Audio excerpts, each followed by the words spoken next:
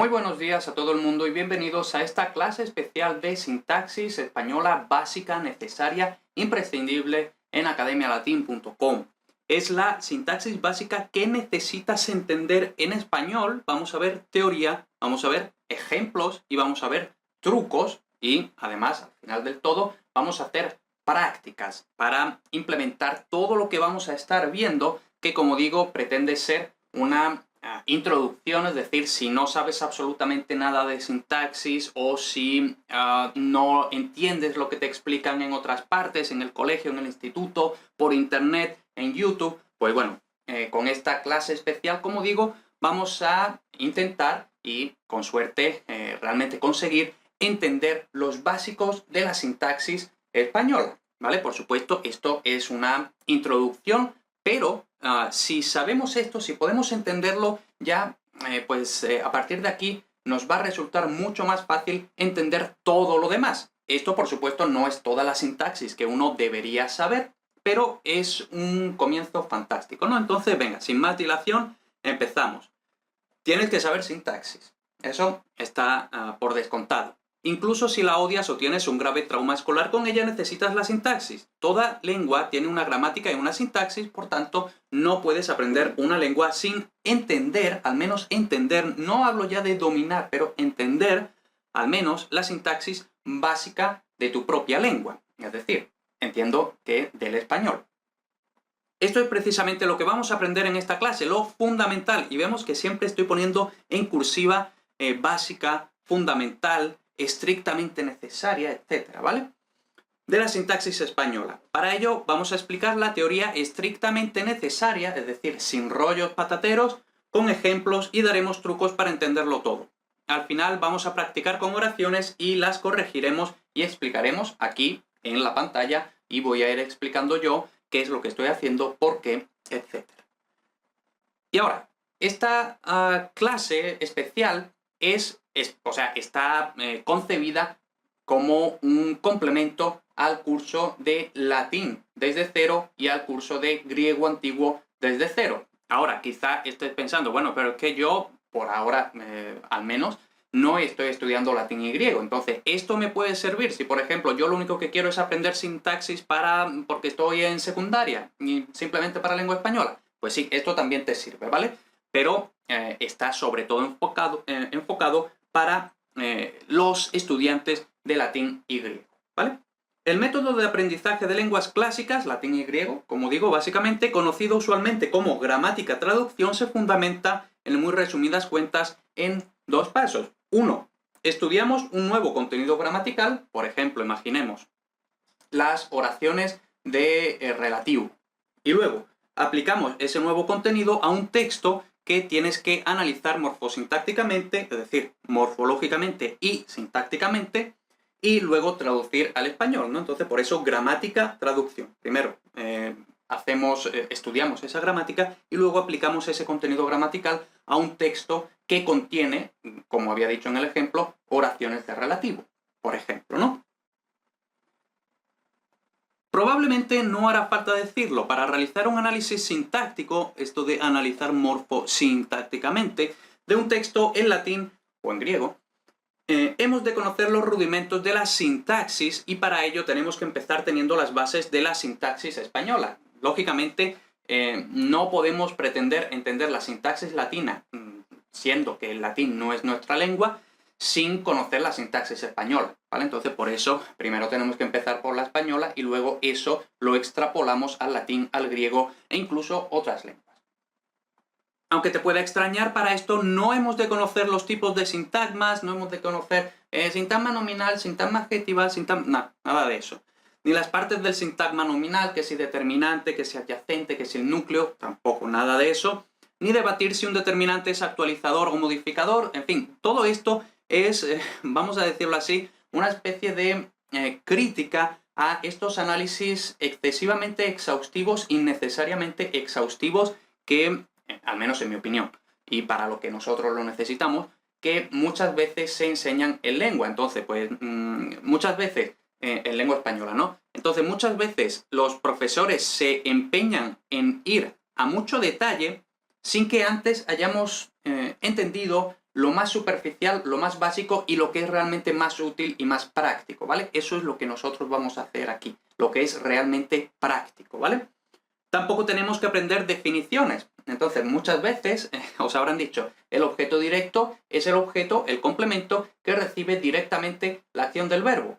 Pues bueno, vamos a ver que realmente no importa que sea el objeto directo, ¿vale? No importa. Ni siquiera tenemos que dividir la oración en sujeto y predicado, ¿no? Lo típico que se hace en lengua, lo primerito de todo, sujeto y predicado. Pues eso realmente no importa, ¿vale? Dominar la sintaxis necesaria es tan fácil como saber identificar los sintagmas fundamentales, ¿vale? Eso es lo único que tenemos que saber nosotros realmente, saber identificar los sintagmas fundamentales. Entonces, vamos a ver aquí que esta clase efectivamente es, he dicho, no hace falta saberse definiciones, solo nos tenemos que saber una definición, y ni siquiera sabérnosla, simplemente entender el concepto, ¿vale? Que es la de qué es un sintagma, porque vamos a estar trabajando con este concepto todo el rato, ¿no? ¿Qué es un sintagma? Luego tenemos aquí los tipos de sintagmas más importantes, ¿no? El sujeto, el atributo, objeto directo, indirecto, los complementos circunstanciales, el complemento de régimen, el complemento del nombre y luego ya la práctica de análisis sintáctico. Todo eso es lo que vamos a estudiar en esta clase. Y, como digo, antes de empezar tienes que hacer algo muy importante. Olvida todo lo que te hayan dicho hasta ahora sobre sintaxis. Muy especialmente, olvida todos los truquis sobre hacer preguntas para identificar tal o cual, ¿no? Entonces, pues lo típico. ¿Cómo se identifica el sujeto? Pues se pregunta el verbo quién. Mal, ¿vale? Entonces, intentamos olvidar todo lo que nos hayan explicado hasta ahora y vamos a intentar empezar desde cero con lo que yo considero buenas prácticas, ¿vale? Entonces, todo esto que te han enseñado hasta ahora probablemente no te esté haciendo ningún favor. Por algo será que llevas no sé cuántos años en clases de lengua estudiando sintaxis y todavía no la has entendido, ¿vale? Entonces, pues vamos a quitarnos todo eso y vamos a empezar de cero. A partir de ahora, las únicas preguntas permitidas son las que yo diga, ¿vale? Entonces vamos a ver que la mayoría de preguntiñas, estas que dicen los profesores, no valen. Hay algunas que sí valen, ¿vale? Entonces, solo esas son las que valen. Bien. Empezamos por qué es un sintagma. Esto es básicamente la única definición que tenemos que entender. No digo ya aprender, entender. Un sintagma es, grosso modo, ¿vale? A grandes rasgos, un grupo de palabras, entonces, grupo de palabras que están juntas porque tienen la misma función. Sujeto, objeto directo, atributo, etc. A veces un sintagma puede ser una única palabra, ¿vale? Porque en principio digo grupo de palabras, porque normalmente son varias palabras, pero puede ser incluso una única palabra. Y entonces, por ejemplo, en Pepe es alto, tenemos Pepe es un sintagma, es un sintagma, alto es un sintagma. ¿Bien? Luego, otras veces un sintagma puede estar formado por muchas palabras. Entonces, por ejemplo, el vecino que vive en la esquina es alto. Pues todo esto es un sintagma, también puede ser. Y efectivamente, como quizá te hayas dado cuenta ya, un sintagma puede abarcar otros sintagmas, es decir, como las típicas muñecas rusas, que hay una muñeca rusa, luego dentro de la muñeca rusa hay otra muñeca, otra así, ¿no? Pues lo mismo pasa con los sintagmas. Entonces, tenemos aquí, ¿no? Es básicamente lo mismo, el vecino que vive en la esquina es alto, y vemos que todo esto es un sintagma, pero realmente dentro de todo este sintagma hay otro sintagma. Y luego dentro de este sintagma hay otro sintagma, ¿vale? Y así.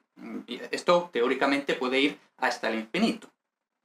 Bien, pues eso es todo lo que tenemos que saber sobre los sintagmas. No importa si son nominales, adjetivales, verbales, adverbiales, preposicionales, no importa. Bien, no importa para esta introducción, lógicamente, ¿vale? Yo cuando digo no importa, a menos que lo diga categóricamente, esto es una chorrada, a lo que me refiero es que no importa para lo que nosotros queremos, ¿vale? Para iniciarnos.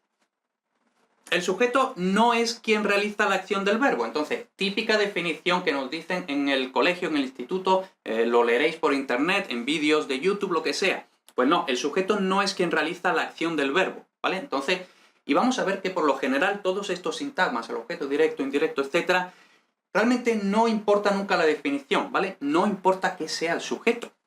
Entonces, no es quien realiza la acción del verbo. Algunas veces lo es, otras veces no lo es, ¿vale? Entonces, realmente no importa. Luego, tampoco se identifica preguntando quién al verbo, ¿no? Este es el típico truqui que nos explican. Le preguntamos quién al verbo y eso nos dice el sujeto. Bueno, algunas veces sí, otras veces no, ¿vale? Entonces, pues no podemos seguir una regla que funciona algunas veces sí, otras veces no, ¿vale? Entonces, cuidado con las preguntitas. Tampoco es necesariamente el primer sintagma de la oración, ¿vale? Que este es... el truqui de los profesores no está bien, pero luego el truqui que nos inventamos nosotros mismos, que es decir, bueno, pues lo primero que aparece en la oración es el sujeto. Pues algunas veces sí, otras veces no, ¿vale? Entonces, no funciona nada de todo esto. Entonces, ¿cómo identificar el sujeto? Aquí viene lo importante. Muy fácil. Cambiamos el verbo a otra persona y o número. Otra persona, primera, segunda, tercera, número, singular o plural, ¿vale? Entonces, el cuerpo nos va a pedir que cambiemos otra parte de la oración, ¿vale? Pues esa cosa que tiene que cambiar porque hemos cambiado el verbo, eso es el sujeto, ¿vale? Entonces, lo vamos a ver muy claro con estos ejemplos, ¿no? Se ha caído el vaso. Entonces, alguien que no sabe mucha sintaxis, ¿qué diría? Sujeto, se. Lógicamente no, ¿vale? Ahora, ¿qué puede ser aquí el sujeto? Pues tendría que ser el vaso. Bueno, pues ahora lo tenemos que comprobar, ¿no? Tenemos el verbo se ha caído, lo cambiamos de número. Se han caído, ¿no? Está en singular, lo cambiamos a plural. Y ahora se han caído el vaso. No funciona. Nos pide que cambiemos esto, ¿no? Se han caído los vasos, ¿vale? Pues como hemos cambiado el verbo, nos pide que cambiemos el sujeto. El cuerpo mismo de nativos hispanohablantes nos pide que cambiemos el sujeto. Bueno, pues eso que hemos tenido que cambiar es el sujeto, ¿vale? Y esto, como digo, es algo que nos sale intuitivamente, ¿vale? Pues eso es el sujeto. Entonces aquí se ha caído el vaso es el sujeto. Así de fácil, así de simple. Luego, me duele el pie. Otra vez, me no sería el sujeto, ¿vale? Luego, me duele el pie. Bueno, pues si yo dijera me duelen el pie, mal, ¿no? Nos dice el cuerpo que eso está mal. Y diría el cuerpo, no, es me duelen los pies. Pues si hemos cambiado el verbo y nos ha pedido el cuerpo que cambiemos el pie a los pies, plural, plural, singular, singular, pues esto es el sujeto. Y luego, por ejemplo, rodarán cabezas.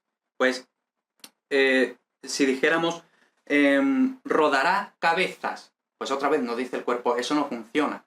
Y ahora, rodará tu cabeza. Pues ahora sí funciona, ¿no? Entonces, plural, plural, singular, singular. Eso era el sujeto. Entonces vemos además que en todos estos ejemplos, el sujeto no es la primera palabra. De hecho, el sujeto está después del verbo, ¿vale? Entonces no podemos seguir ese truquillo que nos inventamos de que el sujeto es lo primero y lo que va detrás del verbo es el objeto directo o lo que sea, porque vemos que no se cumple nunca en estos casos, ¿vale? Bien. Como vemos, al cambiar uno, es decir, si cambiamos el verbo, forzosamente cambia el otro.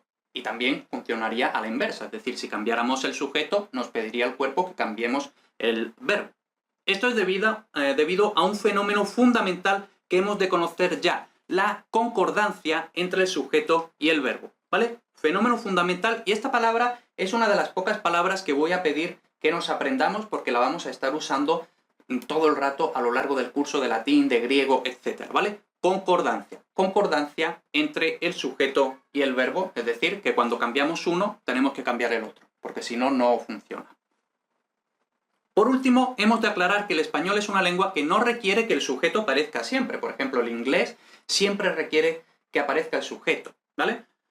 En esos casos, el sujeto, es decir, cuando en español no aparece el sujeto, pero siempre hay un sujeto, ¿no? Siempre en la estructura profunda siempre hay un sujeto, ¿no? Pero no necesariamente decimos él, ¿vale? Entonces, o yo, no siempre decimos yo, ¿no? Entonces, cuando no aparece el sujeto de forma explícita, el sujeto está elidido u omitido u otras palabras, ¿vale? Normalmente se usa alguna de estas dos. Pero está presente en la estructura profunda, ¿no? Entonces, si yo, por ejemplo, digo, hoy he madrugado mucho, ¿cuál es el sujeto? Yo he madrugado, ¿vale? Si dijéramos, has madrugado mucho, pues otra vez concordancia, has madrugado tú. ¿vale? Hemos cambiado el verbo, entonces tiene que cambiar el sujeto, ¿vale? Y bonus, ¿vale? Esto, un truquillo también, porque muchas veces nos confundimos, ¿vale? Pero bonus, recuerda que el sujeto nunca lleva preposición, ¿vale? El sujeto nunca lleva preposición. Bien, eso es todo lo que tenemos que saber del sujeto, ¿bien? Ahora vamos con el atributo. El atributo aparece solo con los verbos ser, estar y parecer, ¿no? Esto seguro que os suena la cantinela esta, ¿no? De ser, estar, parecer, ser, estar, parecer. Pues bueno, aquí está. A menudo inmediatamente detrás de ellos, es decir, aparece este verbo y lo que sigue es el atributo. Normalmente, no siempre, cuidado, ¿eh? La estructura de estos verbos, los llamados verbos copulativos, básicamente los verbos copulativos son estos tres y todos los que no sean estos tres serán verbos predicativos, ¿vale? Pero de hecho vamos a ver que yo en ningún momento en esta clase voy a decir nada de verbos predicativos, ¿vale? Porque son básicamente todos menos estos tres. Entonces, pues no hace falta nada, ¿no?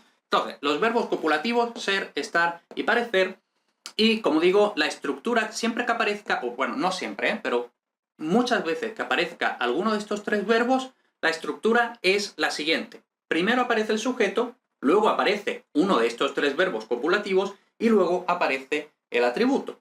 Entonces, por ejemplo, mi perro es inteligente, ¿vale? Entonces aquí tenemos inteligente.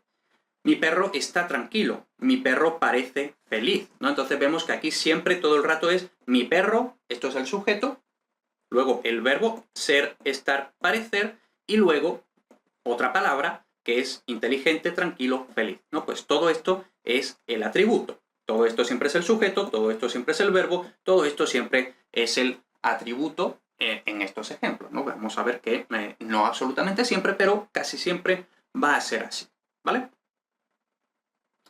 Por supuesto, si dijéramos mi perro son inteligente, pues no funciona, ¿no? Si dijéramos son, sería mis perros. Pues eso ya nos está diciendo que mis perros es sujeto, ¿no? Lo que ya hemos dicho antes no lo vamos a repetir más. Luego, solo hay una excepción importante a esto que hemos dicho.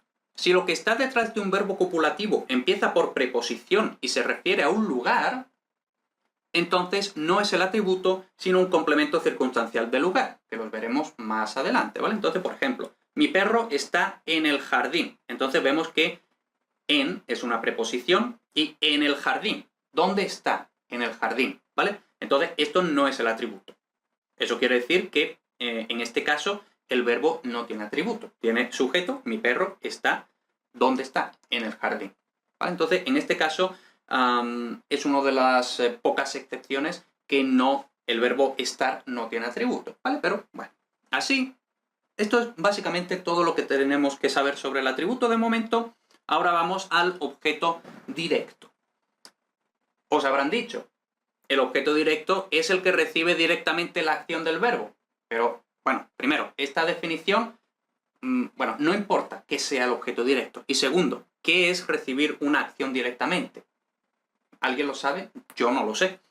Entonces, esa definición fuera. Ni se identifica preguntando qué al verbo, ¿vale? Porque, pues, por ejemplo, ¿no? Mi casa está en Sevilla, ¿no? Pues mi casa está en Sevilla. ¿Qué está en Sevilla? Mi casa, objeto directo. No, mi casa sería el sujeto, ¿vale? Entonces, esa pregunta está mal. No se identifica preguntando qué al verbo, tampoco se identifica preguntando otras cosas al verbo, ni sustituyéndolo por pronombres, ¿no? Concretamente por lo o los, por la o por las. Primero, porque es probable que seas leísta. Si no sabes qué es ser leísta, tampoco importa, ¿no? Y es posible que seas laísta, sobre todo si eres de la zona de Madrid y todo eso, pues bueno. ¿Vale? Entonces, nada de esto, ¿vale? Este primer párrafo fuera, vamos a lo que realmente importa. El objeto directo es un complemento obligatorio, es decir, hay algunos verbos que requieren este tipo de complemento, ¿vale? El complemento obligatorio de un tipo determinado de verbos llamados transitivos. Entonces, otra palabreja que nos tenemos que aprender, ¿vale? Antes habíamos dicho esta, ahora no me acuerdo qué es lo que habíamos dicho. La concordancia. Ahora nos aprendemos otra palabreja que es transitivo, ¿vale? Palabra importante. Lo único que tenemos que aprender a este respecto es esto, ¿vale? Tenemos verbos transitivos y tenemos verbos intransitivos, es decir, no transitivos. Ahora, ¿qué es cada una de estas cosas? Un verbo transitivo es el que requiere objeto directo. Un verbo intransitivo es el que no admite objeto directo. ¿Vale? Ahora me estaréis preguntando, bueno, ¿y yo cómo sé que un verbo requiere o no objeto directo? Pues eso viene en el diccionario, ¿vale? De todas formas, esto con la práctica lo vais adquiriendo solo y al final es como en Matrix, ¿no? Que lo veis directamente, ¿no? Pero bueno, de momento nos vamos quedando con estas dos palabras, ¿vale? Transitivo requiere objeto directo, intransitivo no admite, ¿vale? Y ojo, ¿veis que no digo no requiere? No, porque no es lo mismo no requerir que no admitir, ¿vale? Es decir, un verbo intransitivo no puede tener objeto directo, un verbo transitivo necesita obligatoriamente un objeto directo, ¿vale? Entonces, estas dos palabras importantes. Pero lo más importante es, al fin y al cabo, saber cómo identificar el objeto directo. Tenemos que intentar pasar la oración a voz pasiva. Entiendo que cualquier persona que es nativa del español sabe pasar una oración a voz pasiva de forma totalmente intuitiva, ¿vale? Entonces, por ejemplo, el perro persigue el coche. ¿Cómo se hace en voz pasiva? El coche es perseguido por el perro, ¿vale? Entonces, en este caso vemos el perro persigue el coche. El perro es el sujeto, ¿no? El perro persigue. Persiguen los perros. Los perros persiguen el coche, ¿vale? Entonces, esto era el sujeto y esto es el objeto directo. Ahora, el objeto directo de la voz activa, ¿vale? El coche, se convierte en el sujeto de la voz pasiva. El coche es perseguido. Los coches son perseguidos, ¿vale? Entonces, vemos que, porque aquí no importa, los perros persiguen el coche, el perro persigue el coche. No importa que sean los perros, que sea el perro, siempre es el coche, ¿vale? En cambio, cuando pasa sujeto, ahora sí funciona la concordancia. Entonces, el coche es perseguido, los coches son perseguidos, ¿vale? Entonces, el objeto directo ha pasado a sujeto, ¿vale? Vale, pues nada, así de fácil, ¿vale? Esta es la forma que siempre funciona para localizar el objeto directo. Convertir la oración a voz pasiva y luego, una vez que la hemos convertido en voz pasiva, localizamos el sujeto. Y ahora, pues, esto que es el sujeto de la pasiva era el objeto directo de la activa, ¿vale? Si el resultado del intento suena antinatural, es decir, vemos, esto no funciona, nos dice el cuerpo, ¿no? Esto está mal, ¿no? Entonces, resulta que el verbo de la oración es intransitivo, es decir, el verbo de la oración no admite objeto directo y, por tanto, no hay ningún objeto directo, lógicamente, ¿no? Entonces, por ejemplo, si decimos, me gustan los bocadillos de espinacas, pues esta es la típica oración que los profesores al principio ponen siempre para pillar, ¿no? Con el verbo gustar, ¿no? Porque aquí cualquier persona que no sepa mucha sintaxis, pues diría, me, sujeto, gustan verbo, los bocadillos de espinacas, objeto directo, porque va detrás del verbo. Ya hemos dicho que eso de que vaya detrás o delante no importa, ¿vale? Entonces, objeto directo, vamos a comprobarlo. ¿Podríamos decir los bocadillos de espinacas son gustados por mí? Lógicamente no podríamos decir eso. Entonces, esto no era el objeto directo, ¿vale? Ya está. Este es el método que siempre funciona para localizar el objeto directo. Continuamos con el objeto directo. El objeto directo normalmente no lleva preposición. Entonces, por ejemplo, veo una mesa, ¿no? Entonces, una mesa es vista por mí, ¿vale? Vemos que veo una mesa, una no es una preposición, ¿vale? Entonces, no hay preposición. Sin embargo, hay una excepción muy importante. Si el objeto directo se refiere a una persona o a un animal de compañía, etcétera, algo que esté personificado, llevará la preposición a. Entonces, por ejemplo, veo una mesa, pero a mi padre no digo veo mi padre, digo veo a mi padre, ¿vale? Veo a mi padre. Pero vemos que el verbo y la estructura es la misma. Una mesa es una cosa, entonces sin preposición. Mi padre es una persona, entonces con preposición. Pero vemos que es exactamente lo mismo, sin preposición por ser cosa, con preposición por ser persona. También diría veo a mi perro.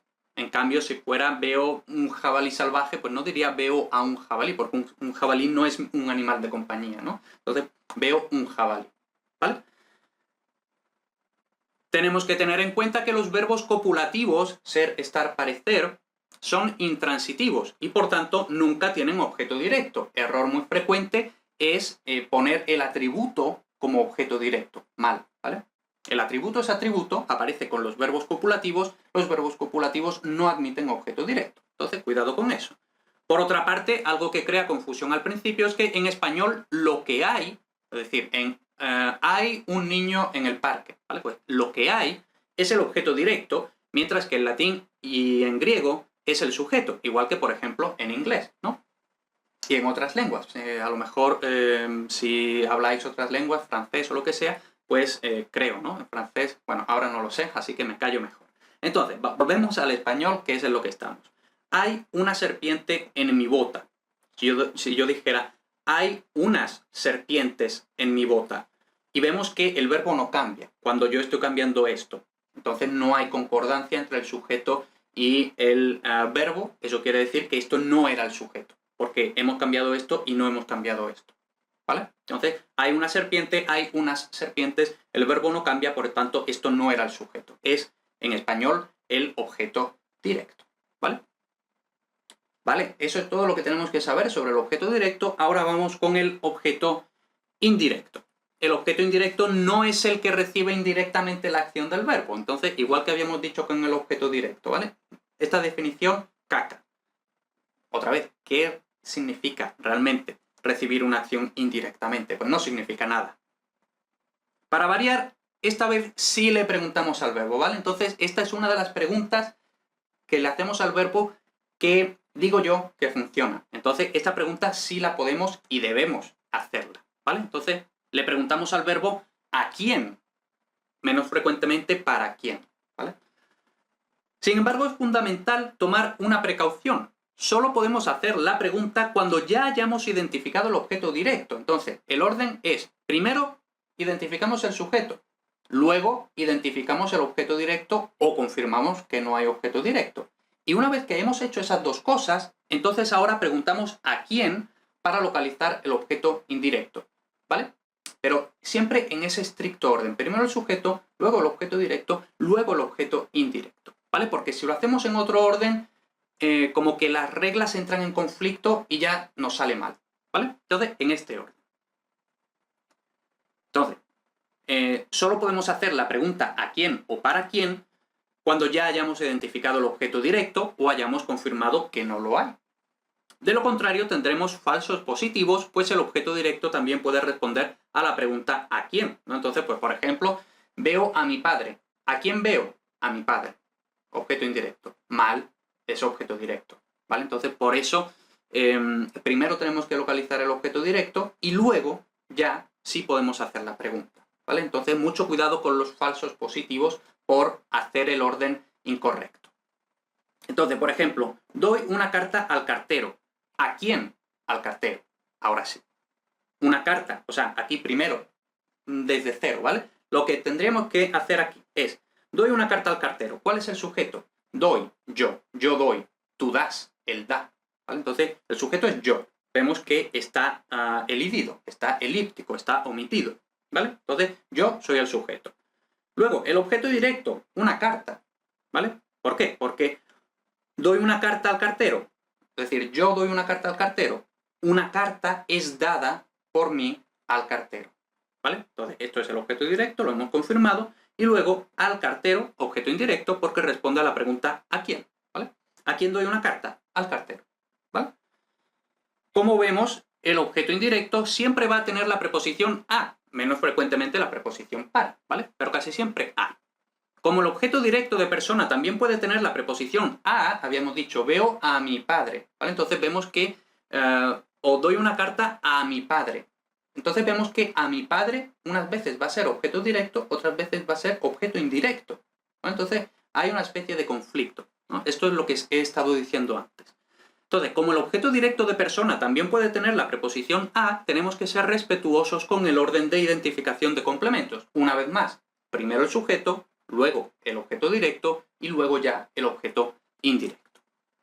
El objeto indirecto aparece sobre todo en dos tipos de estructuras. Entonces, una palabreja nueva, ditransitivo, ¿vale? Una estructura ditransitiva. Intransitiva es la misma palabra que ya conocíamos, ¿no? La que no requiere objeto, o sea, la que no admite objeto directo. Y ahora, ditransitiva. ¿Qué es ditransitiva? Pues si nos fijamos es algo así como 2 veces transitiva. Es decir, aparece tanto un objeto directo como uno indirecto. Aparecen los dos, ¿vale? Entonces, por ejemplo, doy una carta al cartero, aparece objeto directo, objeto indirecto, entonces este es un verbo ditransitivo porque requiere los dos complementos. Y luego tenemos la estructura intransitiva, donde solo aparece el objeto indirecto, no aparece el directo, ¿vale? La típica estructura ditransitiva es dar algo a alguien, preguntar algo a alguien, etc., ¿vale? Es siempre igual, se va repitiendo todo el rato. Mientras que no hay una típica estructura intransitiva con objeto indirecto, pero son típicos verbos como gustar o doler, ¿vale? Entonces, cuidado con eso. A mi hermano le gusta el chocolate. ¿Qué diríamos si no supiéramos sintaxis? A mi hermano sujeto, le, objeto indirecto. Gusta el chocolate, objeto directo. Mal, ¿vale? Entonces, imaginemos, a mi hermano le gustan los chocolates. Esto era el sujeto y esto es el objeto indirecto que se repite aquí, ¿no? A mi hermano le, a mis hermanos les, ¿vale? Vemos que es lo mismo. O a mi hermano le duele la cabeza, ¿vale? A mi hermano le duelen los pies, le duele el pie. Entonces, esto es el sujeto y esto es el objeto indirecto, ¿vale? Entonces, pues ya está. Eso es todo lo que tenemos que saber sobre el objeto indirecto. Luego, los complementos circunstanciales. Esto es muy fácil. Los complementos circunstanciales pueden ser de diversos tipos y se identifican fácilmente mediante preguntas al verbo, ¿vale? Entonces, los complementos circunstanciales más importantes son estos de aquí. De modo, ¿cómo? Preguntamos al verbo cómo y nos sale, ¿no? De instrumento, ¿con qué? De cantidad, ¿cuánto o cuántos? De causa, ¿por qué? De finalidad, ¿para qué? De compañía, ¿con quién? De tiempo, ¿cuándo? De lugar, ¿en dónde? Entonces preguntamos, ¿en dónde? Perdón, porque vemos que de lugar no hay, o sea, no es el complemento de lugar y ya está, sino que hay 4 tipos de lugar. Es decir, ¿en dónde? Pues lo típico, oye, ¿dónde estás? Pues ese es ¿en dónde? O, por ejemplo, ¿de dónde? ¿De dónde vienes? O ¿a dónde vas? O ¿por dónde vas? ¿No? Pues, por ejemplo, voy por la carretera comarcal, ¿vale? Entonces, vemos que son 4 tipos de lugares, ¿vale? Y cada tipo de lugar tiene su propia pregunta, ¿vale? Que además esto va a ser muy importante en latín y en griego, ¿vale? Entonces, esto nos lo vamos también aprendiendo, pero en cualquier caso, vemos que es muy fácil, ¿vale? Entonces, no tiene mayor complicación. Luego, una cosa que sobre todo en el curso de latín y de griego me pregunta mucho la gente, ¿no? Porque muchas veces vamos a ver que no siempre un sintagma entra claramente en una categoría. Entonces, por ejemplo, tenemos la policía encontró el dinero enterrado con perros sabuesos. Entonces, con perros sabuesos, ¿esto es la compañía o quizá es el instrumento? Bueno, realmente tiene un poco de las dos cosas, ¿no? O depende un poco de cómo entendamos la frase, ¿vale? Entonces, no siempre es, o incluso podría ser de modo, ¿no? ¿Cómo encontró la policía el dinero enterrado? Con perros sabuesos. Pero luego, ¿con qué? Con perros sabuesos. O, ¿junto a quién? ¿Con quién? ¿Con quién? Con perros sabuesos, ¿no? Entonces, no siempre está muy claro. La mayoría de las veces sí está muy claro que va a ser uno, pero otras veces no está totalmente claro, ¿no? Entonces, no importa, no hay que obsesionarse, ¿vale? En muchos casos, determinar exactamente el tipo de complemento circunstancial es una cuestión más semántica, es decir, es una cuestión más de significado que sintáctica, que es al fin y al cabo lo que estamos haciendo aquí. Por lo que no hay que obsesionarse, ¿vale? Entonces, un consejo que os doy, no os obsesionéis con esto. Luego, el complemento de régimen, también dependiendo de la terminología se le llama complemento de régimen preposicional, complemento, suplemento, en fin, tiene varios nombres, da igual. Yo creo que el más claro y el más utilizado actualmente es complemento de régimen. ¿Por qué de régimen? Porque rige, regir, es decir, necesita, o más bien como, regir en el sentido de, igual que un gobernante rige el país, ¿no? Es decir, gobierna un país, ¿no? Pues este es un... todo esto para decir al fin y al cabo simplemente que el complemento de régimen es un complemento obligatorio de verbos que exigen una preposición, ¿vale? Es decir, hay algunos verbos que necesitan un complemento obligatorio, entonces igual que el objeto directo, pero habíamos dicho, el objeto directo en principio no tiene preposición, solo tiene la preposición a cuando es una persona. Pero hay algunos complementos obligatorios que necesitan una preposición, pues a esos los llamamos complementos de régimen. Ya está, o sea, pero básicamente es un objeto directo, pero con una preposición, ¿vale? Entonces, imaginemos, ¿no? Yo digo, me acuerdo, o sea, y a menos que ya en el contexto esté muy claro que hablamos de la historia, si yo de repente llego y digo, me acuerdo, pues alguien preguntará, ¿te acuerdas de qué? ¿No? Esa pregunta de ¿te acuerdas de qué? Nos está diciendo que necesita un objeto obligatorio, un complemento obligatorio, y que además, ¿te acuerdas de qué? Que ese complemento requiere la preposición de, ¿vale? Entonces, me acuerdo de la historia. O, por ejemplo, olvídate de mí, ¿no? Pues, si imaginemos otra vez que no hay contexto y de repente decimos, olvídate. ¿Olvídate de qué? ¿O de quién? ¿No? Olvídate de mí. Entonces, vemos que en este caso, otra vez, olvídate de mí. La preposición está exigida por el verbo. Y luego vemos que, de hecho, muchas veces, porque digo, es básicamente un objeto directo, pero con una preposición. Y prácticamente podríamos sustituir estas oraciones por equivalentes. Por ejemplo, recuerdo la historia. Recuerdo la historia. Y ahí sí sería objeto directo. En cambio, me acuerdo de la historia. Entonces, el verbo acordarse de algo necesita complemento de régimen. El verbo recordar necesita objeto directo. Pero son básicamente lo mismo. O, por ejemplo, olvídate de mí, pero también podría decir realmente olvídame. Y ahí sería objeto directo. Aquí es objeto, complemento de régimen. Pero básicamente es lo mismo, ¿vale? Entonces, por eso es básicamente lo mismo. La única diferencia es que haya preposición de régimen, no haya preposición, objeto directo, ¿vale? Y luego ya lo último que necesitamos saber es el complemento del nombre. Esto en las clases más, vamos a decir, estrictas de sintaxis en lengua española y todo eso, no se ve propiamente, vamos a decir, el complemento del nombre, así como... Pero, bueno, lo vemos, ¿vale? Porque, sobre todo para el latín y el griego, es muy importante el complemento del nombre. Normalmente el complemento del nombre es un sintagma no obligatorio que empieza con la preposición de, siempre que no sea un complemento circunstancial o de régimen, ¿vale? Entonces, por ejemplo, olvídate de mí. De mí es complemento de régimen, no es complemento del nombre, ¿vale? O, por ejemplo, vengo de mi casa. De mi casa es complemento circunstancial del lugar de dónde, no es complemento del nombre. Pero vemos por aquí, por ejemplo, el teléfono de mi padre, la capital de Polonia, el novio de mi prima. Pues todo esto sí es complemento del nombre, ¿vale? Entonces, bueno, creo que se entiende. Entonces, sintagma no obligatorio, normalmente con la preposición de, puede haber otras preposiciones, pero casi siempre es de. Y depende de un sustantivo. Es decir, un sustantivo es lo mismo que un nombre, ¿vale? Por eso, complemento del nombre. También podríamos decir complemento del sustantivo, pero por alguna razón siempre se dice complemento del nombre, ¿vale? Entonces, nombre es lo mismo que sustantivo. Casi siempre expresa una idea de posesión, de pertenencia o similares, ¿vale?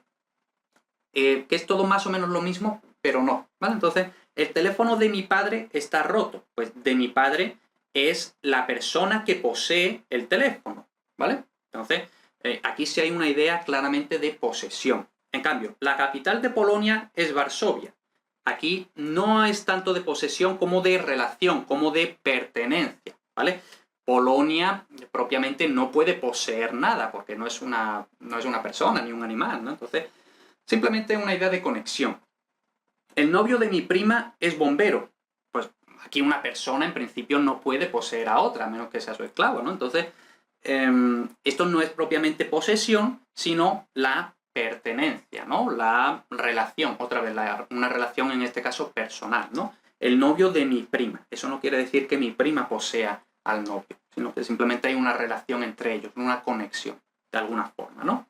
Pero todas estas cosas vemos que son básicamente lo mismo, la misma idea similar, ¿vale? Entonces, todo esto es complemento del nombre, ¿vale? Pues ya está. Eso es todo toda la sintaxis que necesitamos saber, todo lo que necesitamos saber sobre sintaxis española para empezar, por supuesto. Lógicamente hay muchísimas otras cosas, ¿eh? Y ahora, como digo, pues vamos a practicar, ¿no? Porque toda esta teoría está muy bien, pero ahora lo que tenemos que hacer es practicar, ¿vale? Entonces, para afianzar estos conocimientos vamos a practicar un poco. Tu tarea es analizar las siguientes oraciones, que son concretamente estas 10 de aquí, siguiendo estrictamente los procedimientos que hemos explicado, indicando cuál es el sujeto, incluso si está omitido, y además intenta decir también si el verbo es transitivo, intransitivo o ditransitivo, ¿vale? Entonces, como digo, aquí tenemos 10 oraciones, te las copias en un papel, las analizas. Otra vez, insisto, no decimos el otro día vi un amigo tuyo, y no empezamos, este es el sujeto, este es el predicado, luego tenemos el sintagma verbal predicado, el sintagma nominal, no sé qué, el artículo determinante, artículo núcleo, no, nada de eso, ¿vale? Simplemente, bueno, es que no quiero decir nada para no resolveros, ¿vale? Pero esto una cosa, esto otra cosa, y así, ¿vale? Los sintagmas que hemos visto arriba, y ya está, ¿vale? Entonces, hacéis esto y una vez que hayáis hecho estas oraciones, las hayáis analizado,